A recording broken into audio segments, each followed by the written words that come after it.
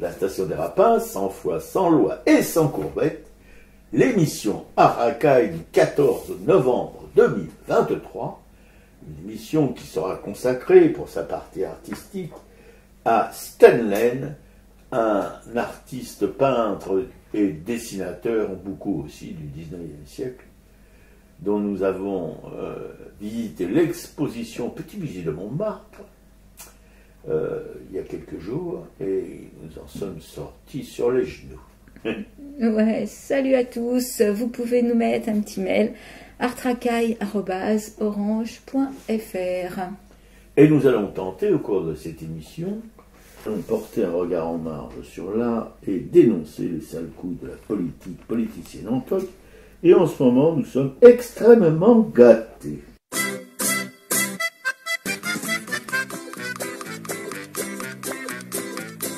Afin de nous ôter nos complexes au gay, on nous donne des cours sur le sexe au gay.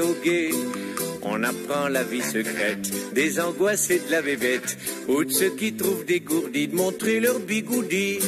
Une institutrice très sympathique nous en explique toute la mécanique. Elle dit nous allons planter le décor au gay, de l'appareil masculin d'abord au gay. Elle s'approche du tableau noir, on va peut-être enfin savoir quel est ce monstre sacré qui a donc tant de pouvoir. Et sans hésiter elle nous dessine le petit chose et les deux orphelines.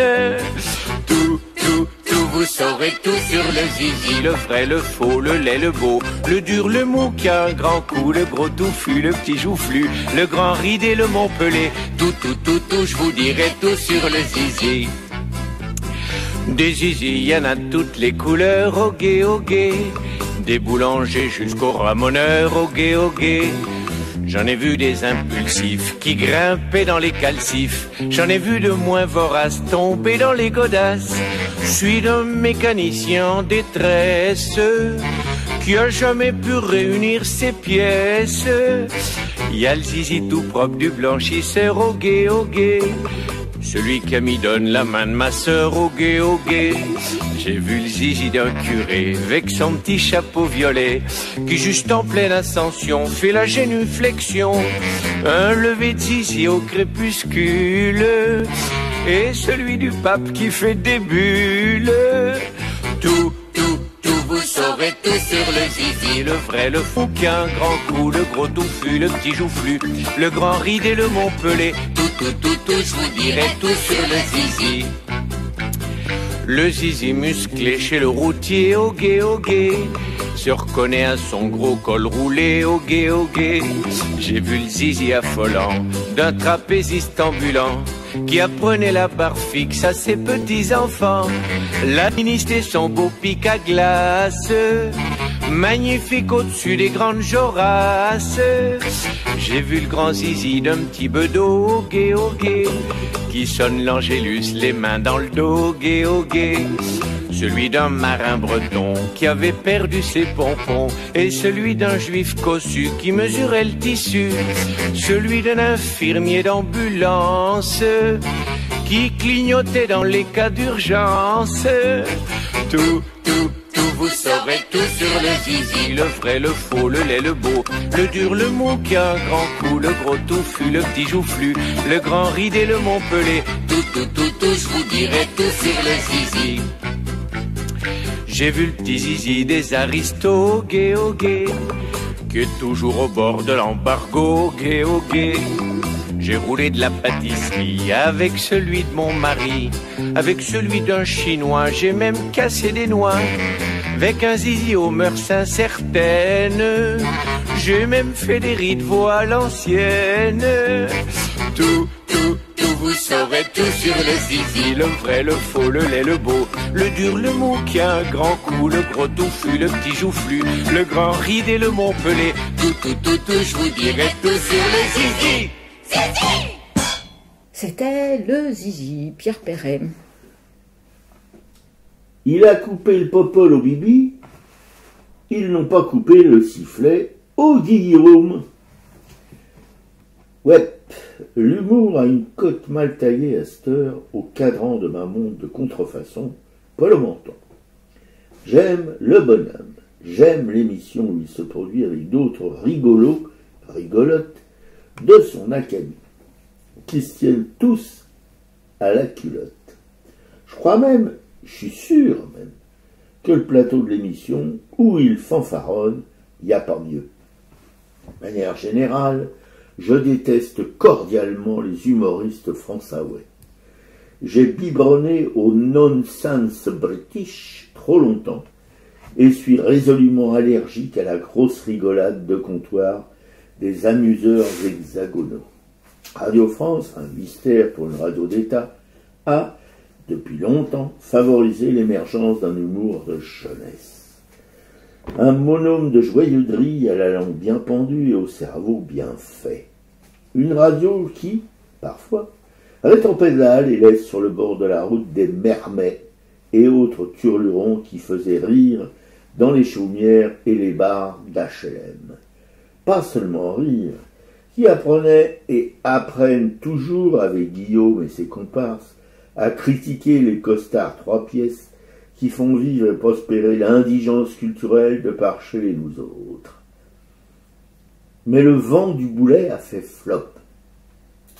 Et la dirlo de cette antenne tricolore a hissé le drapeau de la Concorde, et le père Meurice, censé recoller le prépuce de ce foutu facho qui massacre allègrement des milliers de Gazaouis au mépris de toutes les lois internationales et de la simple humanité, plutôt chanter avec Fromet des gaudrioles inspirées, plutôt se remplir des éclats de rire d'un plateau riche d'une intelligence fraternelle et collective.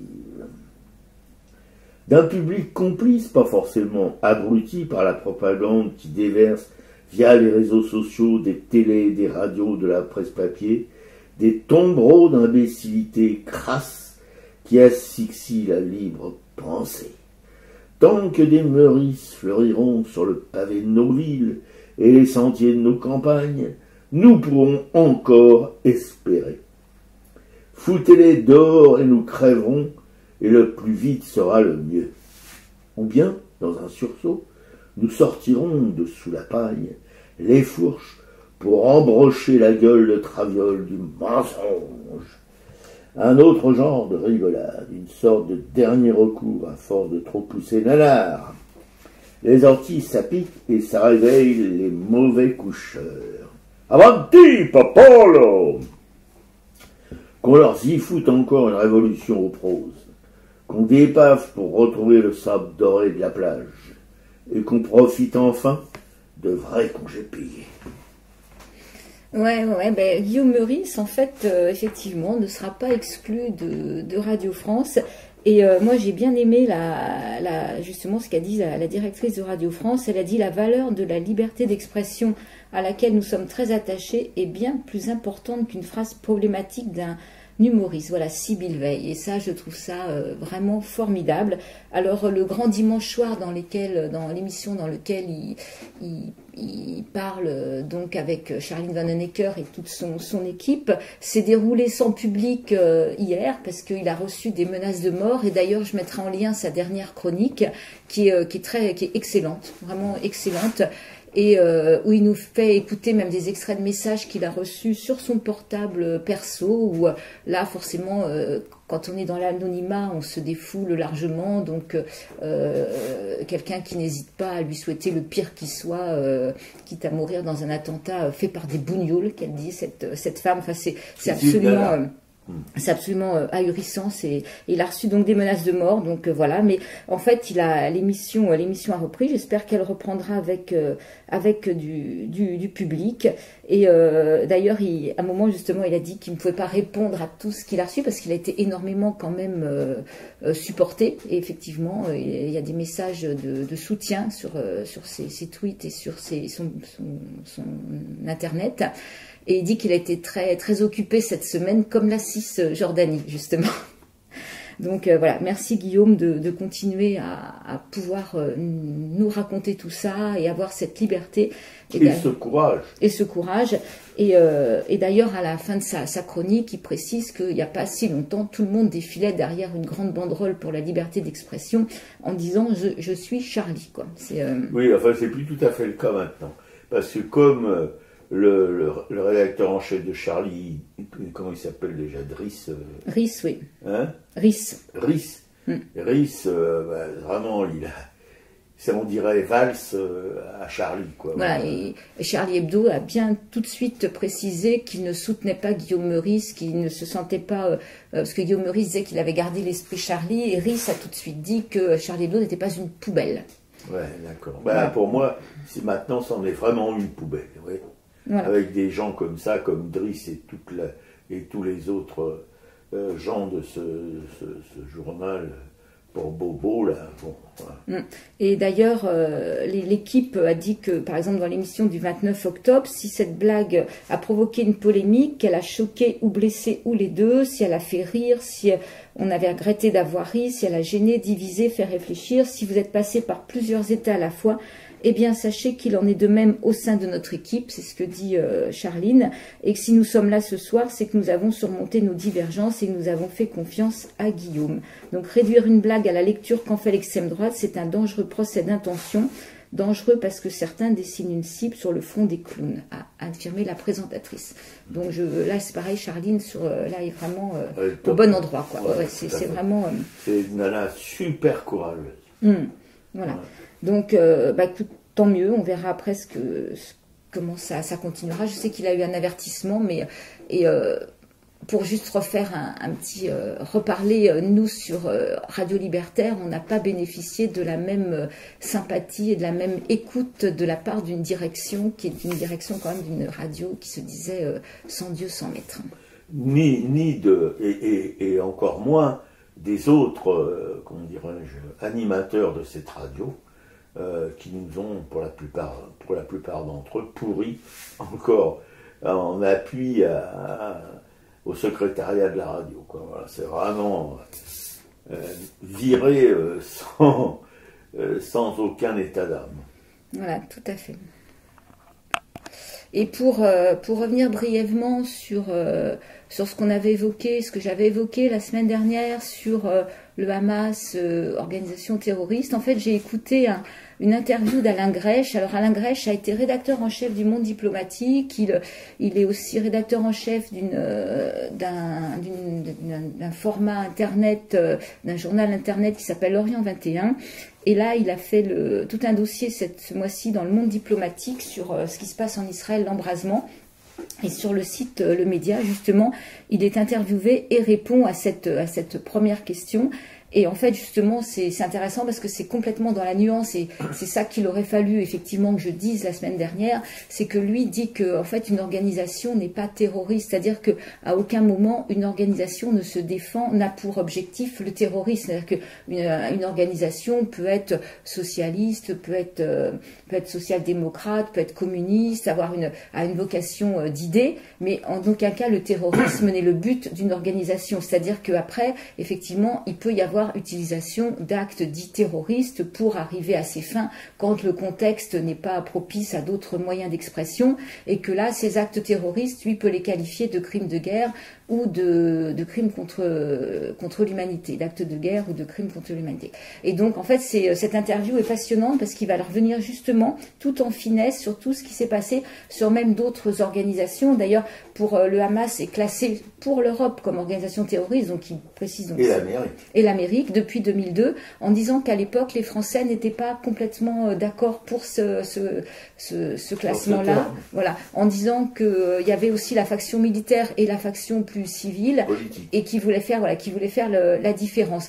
Et il cite en exemple le Hezbollah et en disant que pour le Hezbollah ça n'a pas été possible parce qu'en fait ils négocient avec le Liban et qu'au Hezbollah ça représente le Hezbollah représente 20 à 30% de part de voix du Liban. Donc en fait ils ont ménagé. Et après il va revenir sur plusieurs organisations comme le PKK, l'IRA et même l'intervieweur parlera des suffragettes qui ont eu recours à ces actes de violence.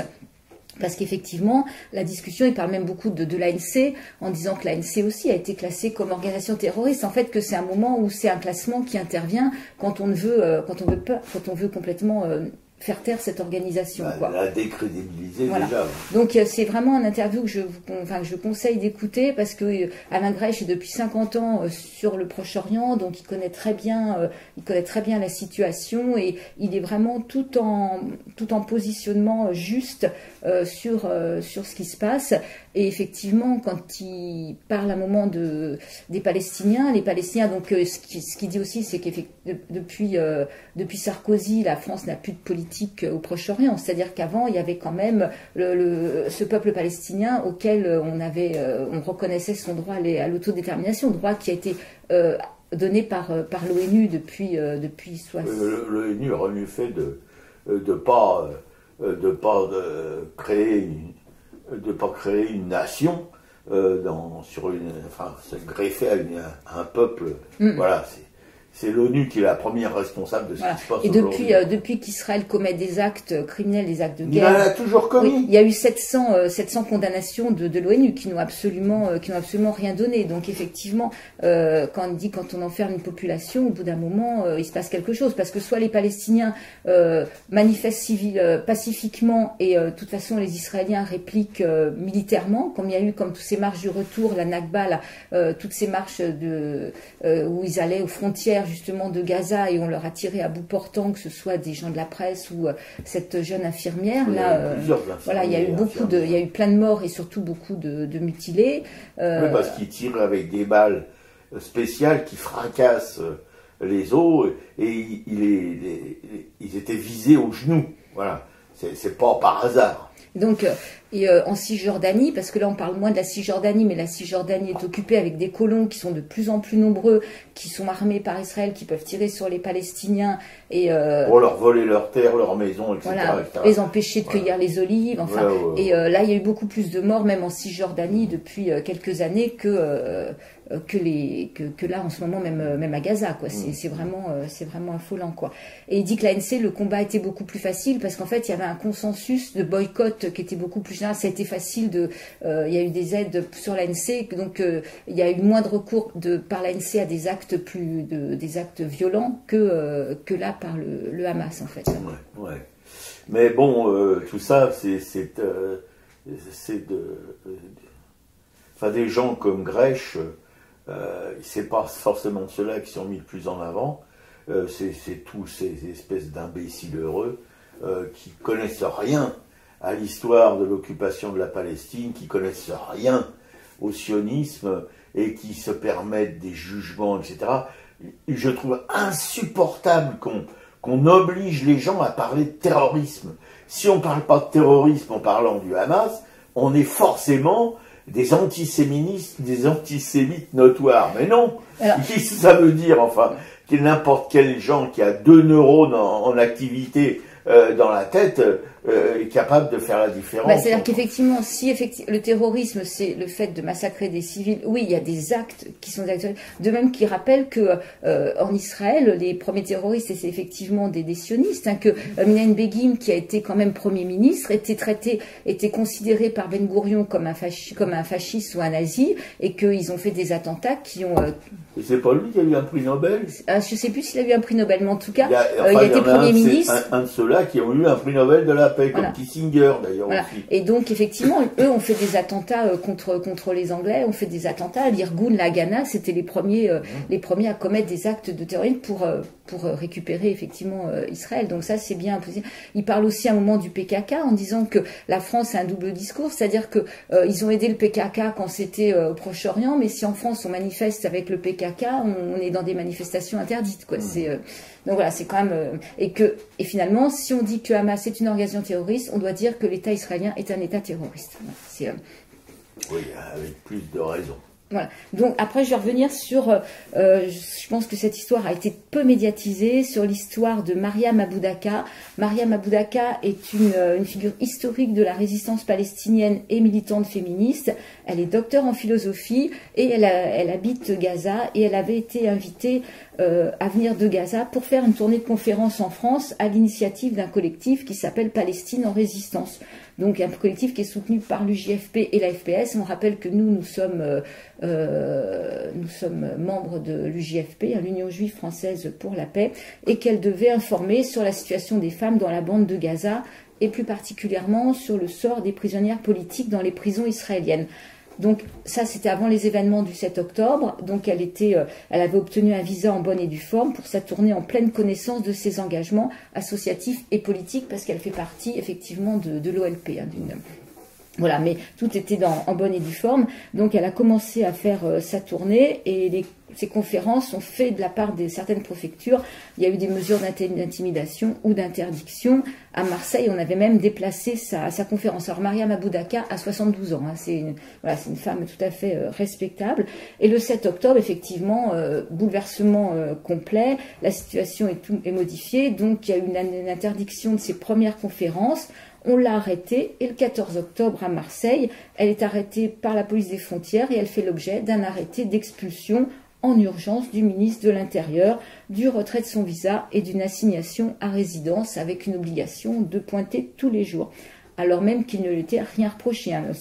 Il n'y a eu aucun trouble matériel à l'ordre public. C'est comme les arrestations en Israël.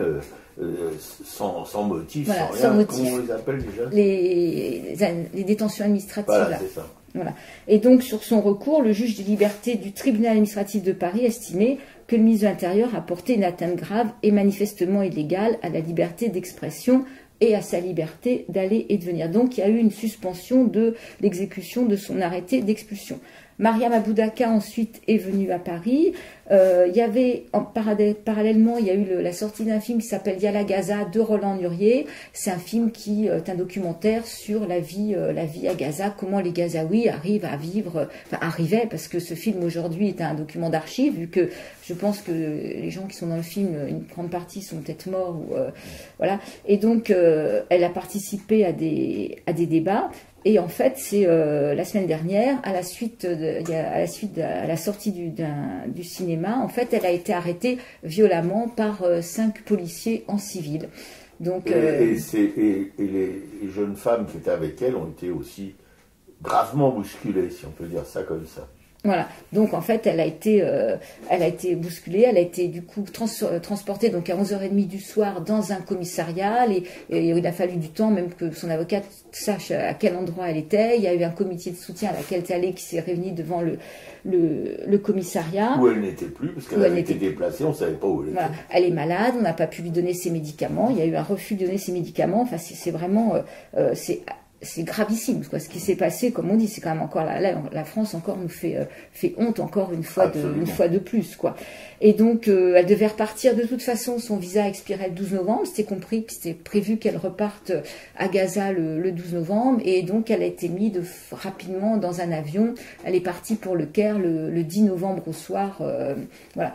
Et là, quand on est allé à la manifestation de soutien et à la demande du cessez-le-feu samedi à Paris, et on a pu discuter avec des membres de GFP qui étaient plus informés, qui nous ont dit qu'elle était bien arrivée au Caire, et que paradoxalement, alors que l'Égypte est quand même considérée comme une dictature, elle se sentait beaucoup plus libre arrivée au Caire que quand elle était en France, quoi. Voilà. Alors là c'est le camouflet suprême. Ah ouais, je trouve que c'est voilà, faut supporter cette histoire. Et là-bas, on a un copain qui va régulièrement en Égypte. On se demandait pourquoi. Bah maintenant, on comprend. Effectivement, ça nous paraissait surprenant qu'il se trouve bien en Égypte. Et ouais, voilà. Et merci Mariam Aboudaka pour tout ce travail, enfin vraiment cet investissement et ce courage, parce que je pense que 72 ans arrêtés brutalement dans Paris, enfin voilà, c'est à s'imaginer. Privé de médoc, etc. Voilà, c'est un exemple pour tous de voir que ça fait penser curieusement à Essel, voilà, qui jusqu'à presque 100 ans s'est battu pour, s'est indigné de toutes les saloperies que les peuples sont capables de faire. Et voilà, c'est là Mariam Aboudaka, c'est la version féminine d'Essel. Ouais, voilà. Et alors, on peut aussi rappeler que ce vendredi 10 novembre, il y a eu des accusations d'actes antisémites, alors qu'il y a eu des tags qui sont faits près de l'école de la fac de médecine à Paris. Les tags, c'est un drapeau palestinien avec, sur lesquels on peut lire en toute-tête « fuck antisémitisme »,« fuck apartheid » et « free Palestine ». Donc, fuck veut dire allez vous faire voir. Donc, en fait, c'est clairement des tags qui fustigent l'antisémitisme, qui fustigent l'apartheid et qui demandent à ce que le peuple palestinien puisse vivre en paix, quoi. Et ben les auteurs de ces tags ont été accusés d'antisémitisme. Alors là, oui, non mais ça confine vraiment à la. Donc c'est le député macroniste Stanislas Guérini qui écrit un tag antisémite de plus sur un des murs de l'hôpital Paris. Donc je refuse que ce mal se banalise. Les auteurs qui ont été identifiés, appréhendés, devront répondre de leurs actes abjects et les sanctions devront être exemplaires. Et la chaîne BFM, qui est toujours là naturellement dans ce genre d'histoire, et consacre même un sujet expliquant que le tag a été effacé. Il y avait aussi sur un autre tag qui écrivait « Décolonisons la médecine », voilà, probablement adressé aux étudiants du lieu. Donc moi, il faut qu'on m'explique où est l'antisémitisme là-dedans, quoi. Parce qu'en fait, ils ont été interprétés que le tag Free Palestine faisait référence au slogan Palestine libre de la mer au Jourdain en anglais, et que c'était le slogan du Hamas et que ça voulait dire que les Palestiniens devraient reprendre tout Israël. Enfin, là, il faut quand même, c'est de l'interprétation qui n'a aucun sens, quoi. Oui, moi j'aimerais savoir si le fait de manger des ficelles le matin pour mon petit déjeuner n'est pas antisémite. C'est à savoir. À savoir, hein, parce que bon, je crois que mon boulanger est arabe, donc voilà, il fait des ficelles excellentes. Ah non, je trouve que là, quand on arrive à ça, enfin, on peut vraiment s'inquiéter, quoi. Je voulais dire aussi que c'est à Lyon, il y avait une conférence donc sur la Palestine et qu'il y a 60 fascistes qui sont arrivés avec des cagoules et des gourdins pour foutre le why justement lors de la conférence. Heureusement, ils n'ont pas pu rentrer. Il y a eu, je crois qu'il y a aussi peut-être quelques blessés, mais il n'y a pas eu un drame comme ça aurait pu le faire. Et ça, quand on voit qui est dans ces conférences, ce sont des gens pacifistes, vraiment d'un certain âge. Voilà, bah, c'est ce qui s'est passé à Lyon. La police a mis un certain temps à arriver, alors que ce groupe fasciste est tout à fait connu. Je crois qu'il s'appelle les Remparts. Ils ont un QG qui s'appelle la Traboule. Donc on a quand même demandé l'interdiction de ce groupe-là, quoi, la dissolution du groupe, quoi. Parce que, ouais. Et alors? Ben, je sais pas, ça vient d'être demandé. Donc, parce que je crois qu'on a dissous je crois que c'est à Lyon justement qu'on avait dissous une association antifasciste, donc on pourrait peut-être aussi dissoudre les associations fascistes. Oui, non, mais c'est pas tout à fait. Vu la couleur noire de notre État, bon. Voilà, donc ça c'est la seule bonne nouvelle de la semaine, c'est peut-être quand même que dissolution des soulèvements de la Terre a été retoquée et que les soulèvements de la Terre peuvent exister. Voilà, ça c'est quand même la bonne nouvelle. Là, le ministre de l'Intérieur en a pris plein la poire. Et c'est réjouissant. Passer les femmes, nous qui n'avons pas d'histoire, depuis la nuit des temps, les femmes, nous sommes le continent noir, debout, femmes esclaves, et brisons nos entraves, debout, debout, debout, asservis, humiliés, les femmes, achetées, vendues, violées, dans toutes les maisons, les femmes, hors du monde reléguées, debout, femmes esclaves, et brisons nos entraves, Koumou, Hindou, Koumou, seul dans notre malheur, les femmes, l'une de l'autre ignorées, ils nous ont divisés, les femmes, et de nos sœurs séparées, debout, femmes esclaves, et brisons nos entraves, Avati, Alila, Aïwi.